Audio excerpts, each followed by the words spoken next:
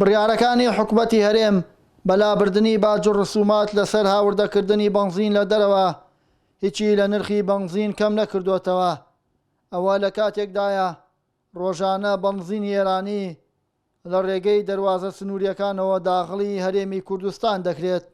بە پێی زانیاریەکانی وێستگە نیوز لابردنی باج لەسەر هاوردەکردنی بەنزین هیچ لە نرخەکەی کەم ناکاتەوە، چونکە تەواوی بەرهەمە نەوتیەکان نرخەکانیان لە بازاڕی جیهانیدا بەرز بۆتەوە. ئەو نرخەی کە بەرز بۆ هی بەنزین بڕیارێک لە ئەنجومەنی وەزیران و دەرچوو بۆ وەزارەتی دارایی و وەزارەتی داراییش بەڕێز بەڕێوەبەری گشتی بوومریژی هەرێم کاک ساماڵ هەمان ڕۆژ نووسرایشی بۆ ئاراستەکردین کە گومرگ لەسەر بنزین نەمێنێ و پێشتر بۆ هەر تەنێک $15 وەرەگیرە و ئێستا ئەو $15 وەرناگیرێ و لە ڕۆژی دەرچوونی بڕیارەکەەوە داخڵبوونی بنزین لە وڵاتی کۆماری ئیسلامی ئێرانەوە بەردەوامە و ئەو بنزینەی کە داخڵە بێ چەند ڕێکارێک هەیە بێ ئەو ڕێکارانە بژیرێتە بەر کە گرنگترینیان ئەوەیە بێت لە فەحس دەربچێ کە ئەخرێتە فەحسەوە ئەو بنزینە و پێی ئەو مواسەفاتی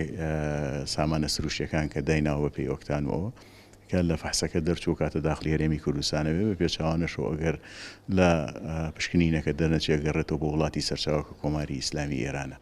ئەو بەنزینەی هاوردە دەکرێت پێش ئەوەی لە ڕێگەی دەواازە سنووریەکانەوە داخڵ بکرێت لە تاقیگەیەکی تایبەت نمونەیەکی دەبرێتە پشکنین. ئەگەر هاتوو لە پشکنین دەربچێت ئەو کاتە ڕێگەی پێدەدرێت داخڵی هەرێمی کوردستان بکرێت. لێرە ئەو بەرهەمانەی هەر بەرهەمێک بێت کێتە دەواازەی نێودەوڵەتی باشماخەوانێ یەتە لای ئێمە نمونەی لێ وەرەگرین کێتە لای ئێمە نمونونەکان فەحسی بۆکەین پشکنینەکانی بۆکەین ئەو پشکنینانەی کە وەزارەتی سامانە سروشتەکان داوای لێ کردوین ئێمە لەسەر ئەو پشکنینان ناڕۆین. پشکنینەکان ڤەیپەر پرێژەرە مواسفاتی کە لە وەزارەتی سامانە سروشتیەکان بۆیان داناوین سەڵفەرە ئۆکتانە ئەو جۆرە پشکنینانێ ئۆکتان نەمبەرەوە معلومە لە هەموو کەسێک لەگەڵ زەختی بوخاریە کە ڤەیپەر پرێژەری پێڵێن سەڵفەرە لیدە ئەو جۆرە پشکنینانێ ئۆکتانی 93 بۆ 95 لە جۆری سوپەرە لە 93 جۆری محەسەنە ئەوەی کە هاورداکرێت لای ئێمە ڕێگە پێدراوە جۆری بەنزینی محەسەن و سوپەرە.